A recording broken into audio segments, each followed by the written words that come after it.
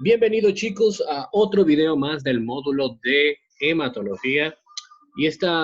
En este video y en esta semana vamos a estar tratando problemas que tienen que ver con el proceso de coagulación.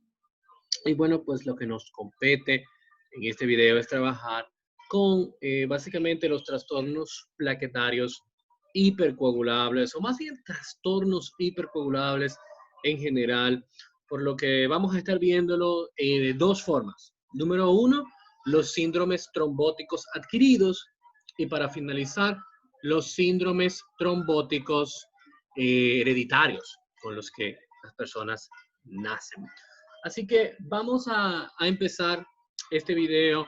Vamos a nadar en estas enfermedades que son bastante interesantes. Así que vamos a empezar primero con el síndrome antifosfolípido. Es posible que esta sea una enfermedad que ustedes hayan escuchado antes, que la vean o que la tengan enfrente de ustedes en algún momento. Básicamente es un síndrome de trombosis adquirida y se va a caracterizar por producir ambos tipos de problemas. No solo trombosis venosa profunda, sino que también está asociado a las trombosis arteriales. El estado de hipercoagulabilidad está relacionado con la presencia de al menos un tipo de anticuerpo antifosfolípido.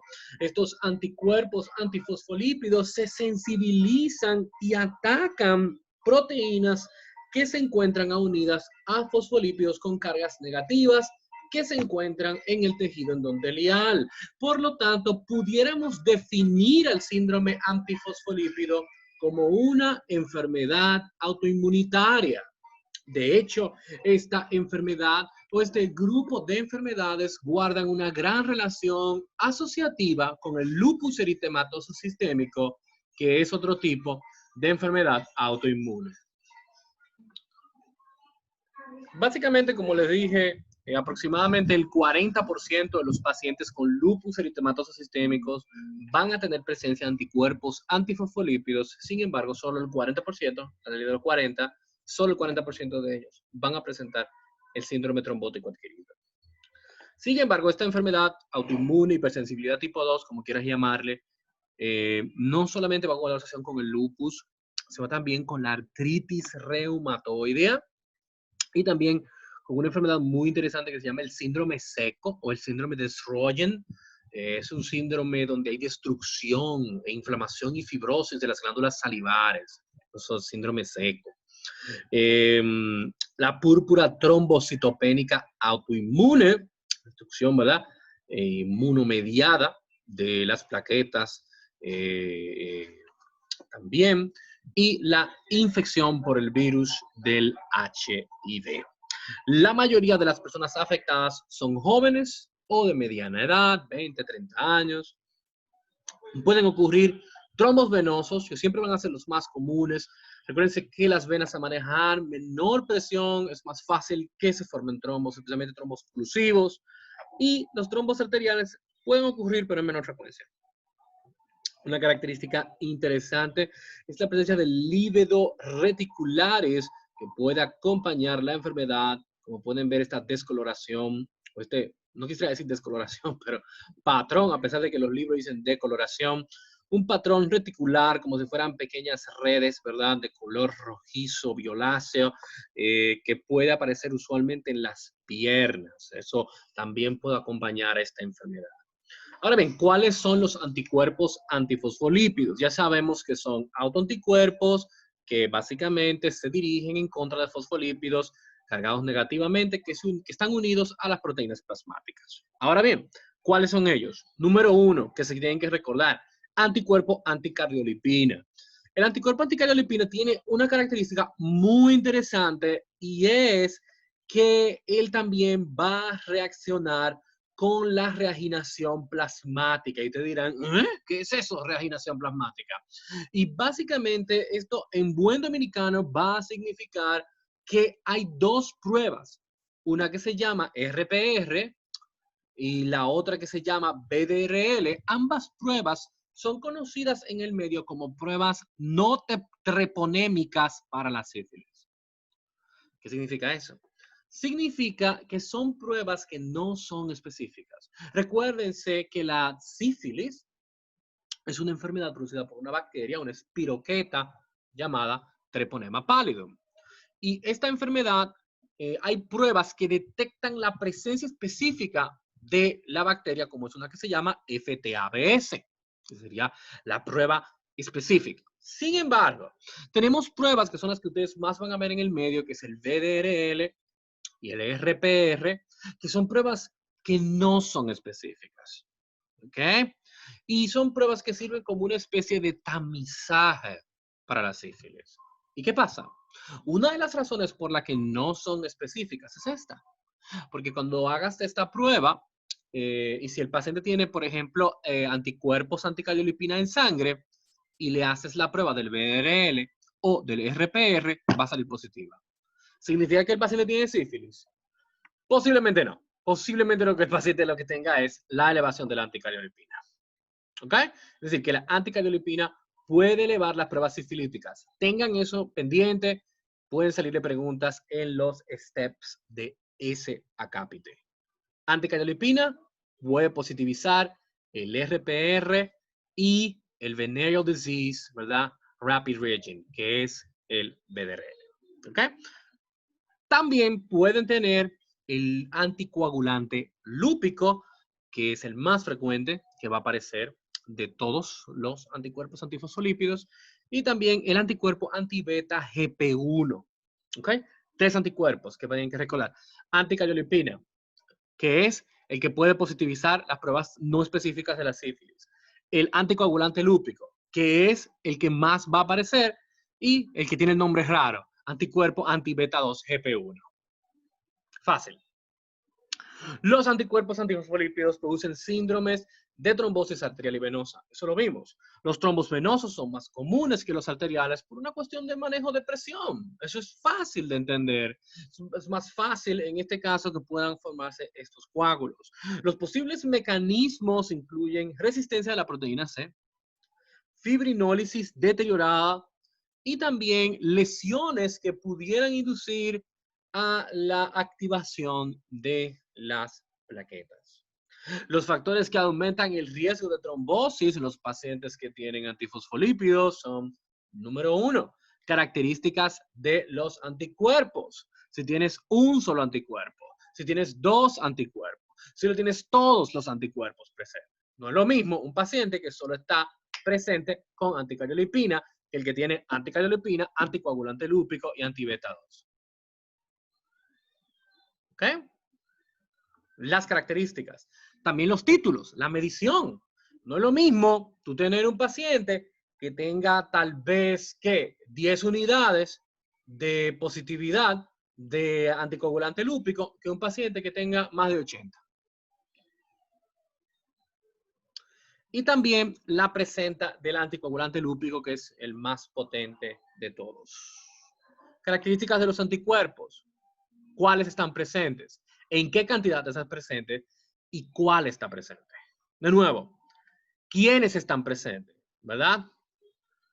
¿Cuáles están presentes y en qué cantidad están presentes? Número 2. Aumento de liberación del factor tisular. El factor tisular es la tromboplastina, chicos, básicamente. Cuando hay lesiones de tejidos, la tromboplastina se libera y puede arrancar la vía extrínseca de la cascada de coagulación. Por lo tanto, en procesos infecciosos, inflamación, daño tejido, cirugía, daño tejido, puede ocurrir. Endotelio anormal, como puede haber en procesos de vasculitis, procesos inflamatorios a nivel de los lechos vasculares, y enfermedades inflamatorias, ¿como quién? Lupus eritematoso sistémicos, que produce vasculitis. La aterosclerosis y factores de riesgo de aterosclerosis. Diabetes mellitus en sus 2 sabores, no importa cuál sea. Hipertensión arterial, ¿ok? Hiperlipidemia, tú quieres 3 asesinos, diabetes, hipertensión, hiperlipidemia. Los factores de riesgo protrombótico también, el tabaquismo es un factor de riesgo. También trastornos hipercoagulables hereditarios como la homocistinuria. En la homocistinuria hay un exceso de formación de homocisteína. Y a pesar de que hay más cosas, el problema con la homocisteína es que la homocisteína puede promover la formación de placas de ateroma. promueve la aterosclerosis, la homocistinuria, la homocisteína, perdón. Como aquí está en exceso en esta enfermedad, se empiezan a formar placas que dañan el tejido. Ah, ahí lo tienen. Que dañan los vasos sanguíneos. Inflamación. El embarazo, éstasis sanguíneo, estancamiento de la sangre, especialmente a medida de que el embarazo progresa y hay compresión de las venas de los miembros inferiores. ¿Okay? Más disminución de la actividad física, ya también en la parte avanzada del embarazo. Son algunas de las condiciones que convierten al embarazo en un estado hipercoagulable. También el uso de anticonceptivos orales combinados. Los anticonceptivos orales combinados, especialmente la parte de estrógeno. ¿Okay? Recuerden que los anticonceptivos combinados tienen una parte de un estrógeno y una parte de una progestina, que es un tipo de progesterona sintética creada en laboratorio a partir de sustancias como la 19-nortestosterona. Ahora bien, estos anticonceptivos, la parte estrogénica, va a promover también la aparición de coágulos. Cuidado con los anticonceptivos de pacientes que tengan varices o datos de insuficiencia venosa. También antecedentes de trombosis previa y de pérdidas fetales a repetición. Ese nombre es interesante porque es una de las cosas que ustedes más van a ver, al menos yo he visto mucho de esto, una de las causas de abortos recurrentes es el síndrome de anticuerpos antifosfolípidos, aunque uno de los lugares que afecta es el lecho placentario. Y al obstruir el lecho placentario por formación de coágulos, se infartan áreas de la placenta y el bebé se muere temprano, especialmente en los bebés bien pequeñitos.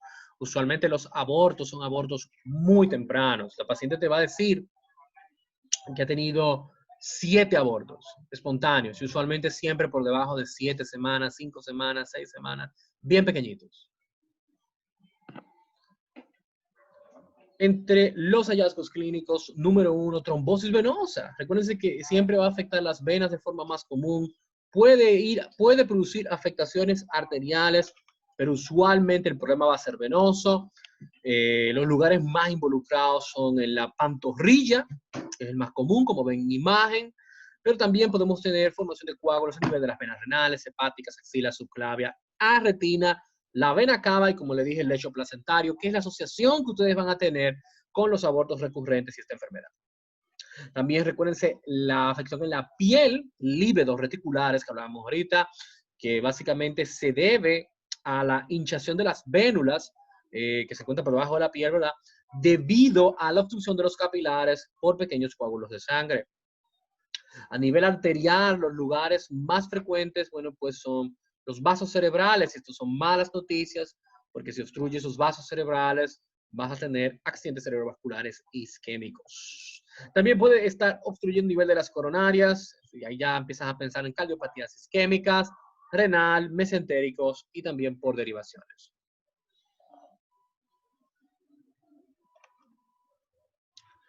De las pruebas de laboratorio, evidentemente medir los anticuerpos, medir la anticariolipina, medir el anticoagulante lúpico, medir el antibeta 2 GP1.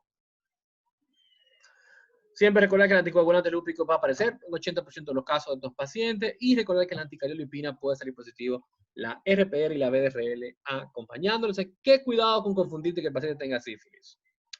Otras causas que no son anticuerpos antifosfolípidos son el estado postoperatorio con estasis de flujo sanguíneo. Si ustedes van al tema 5 de anatomía de Robbins y van por ahí, empiezan a ver en el tema de hemostasia, pues se van a dar cuenta que hay algo que se llama la triada de Virchow. Y en la triada de Virchow te habla de 3 condiciones, ¿verdad? Que pueden llevarte a promover la coagulación de la sangre. Número 1, lesión endotelial. Número 2, alteración del flujo laminar de la sangre. Y número 3, estados de hipercoagulabilidad. Y si nos vamos por aquí, un paciente que está recién operado, por ejemplo, en una cirugía ortopédica de un hueso, usualmente el paciente dura mucho tiempo en reposo, acostado, en una cama, esos pacientes van a estar con las piernas como estancadas. Y al estar estancadas por falta de movimiento, pueden formarse coágulos. Si estás en un vuelo de avión y tienes tú ya de por sí te vas de viaje, qué sé yo, a Australia, por ejemplo, lejísimo, y tú sufres de la circulación, tienes insuficiencia venosa, tú eres una persona que cuando vas a correr como que te pican las piernas, sientes como esa sensación extraña de insuficiencia, tienes varices en la pierna y decides tomar un vuelo bien lejos, pues es posible que se te forme un coágulo también a ti. ¿Por qué? Porque vas a estar mucho tiempo sentado. Éstasis.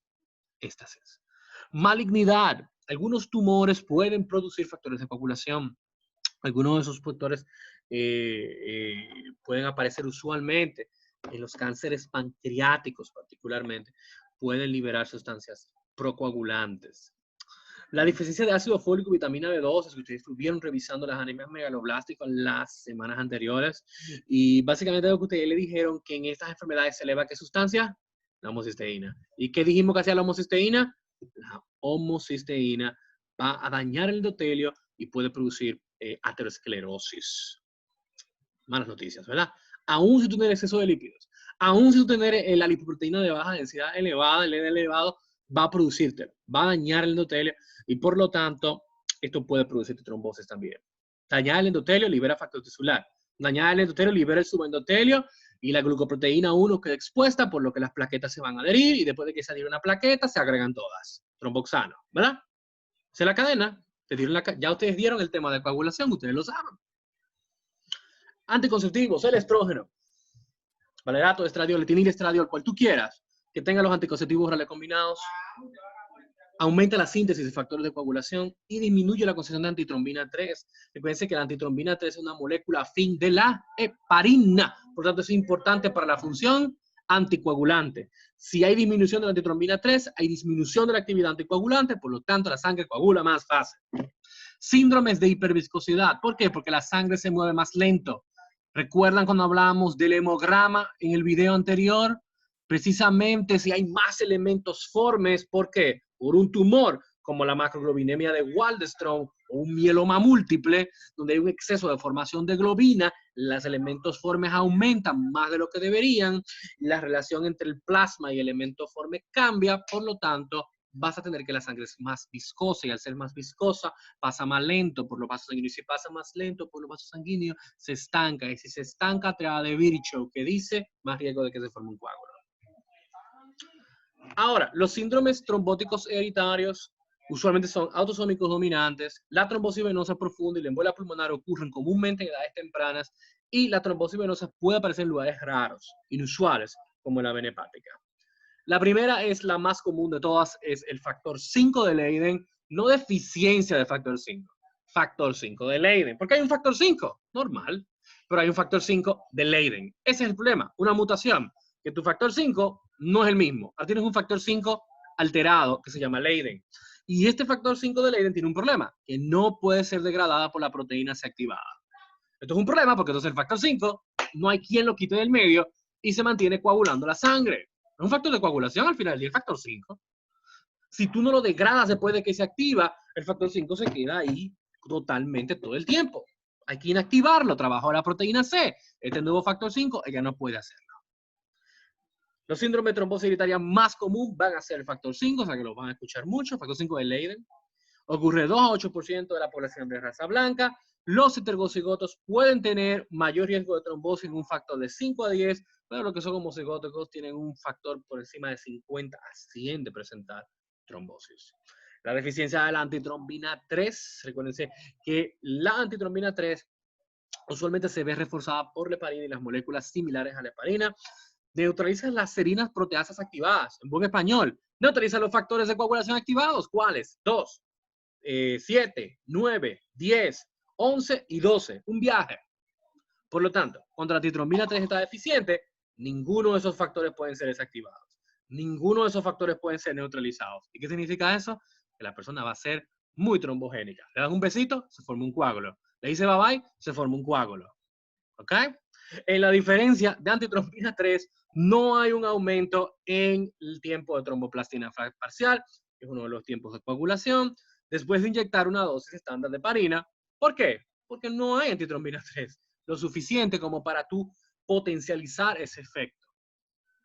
Es decir, tú esperarías que si tú das un anticoagulante, como la heparina, a un paciente normal, la hora de que tú tomes la sangre y midas el tiempo para que se forme el coágulo va a durar mucho. ¿Por qué? Porque le inyectas anticoagulante. ¿Verdad que sí? Sí, eso sería lo normal. Si tú le inyectas anticoagulante a una persona, va a durar mucho para coagular. Pero en el caso de estos pacientes, no es así. ¿Cómo que no es así, doctor? No es así. Le puedes inyectar heparina, pero no hay alteración en el TP en el tiempo de tomar el paciente parcial. No hay. Hoy, ¿qué pasó? Lo que pasa es que como no hay antitrombina 3 y la heparina necesita, ¿verdad? Es un trabajo en equipo. De hecho, aquí lo dice. Normalmente se ve reforzada por la heparina. ¿Qué es lo que va a reforzar la heparina? Nada. ¿Por qué? Porque no hay antitrombina. ¿Me están entendiendo? ¿Qué va a reforzar la heparina si no hay antitrombina? Por lo tanto, tú puedes conseguir que se prolongue el tiempo, pero tienes que inyectar una cantidad ridícula de heparina para lograrlo. Esa es una pista clínica importante de una persona que tiene deficiencia de antitrombina 3. Entonces, el déficit viene de dos sabores, el tipo 1 y el tipo 2, donde va a haber un funcionamiento normal de la antitrombina, pero no hay. Es el que estamos hablando ahora. Y el otro sabor es que hay un funcionamiento normal de la antitrombina 3, pero la cantidad es suficiente. Independientemente de cuál tengas, vas a tener inconvenientes con la 2, porque de cualquier forma, como la diabetes, no produce la insulina, los receptores no funcionan. Es como la diabetes insípida, no produce antidiurética, los receptores no funcionan. Al final del día, no vas a poder conseguir la función de la antitrombina, porque no importa que se produzca bien si no funciona. Y si no, esta aparece, entonces no, aunque la función sea normal, pero si no hay, entonces vas a tener problemas. Por último, la deficiencia de la proteína C y la proteína S.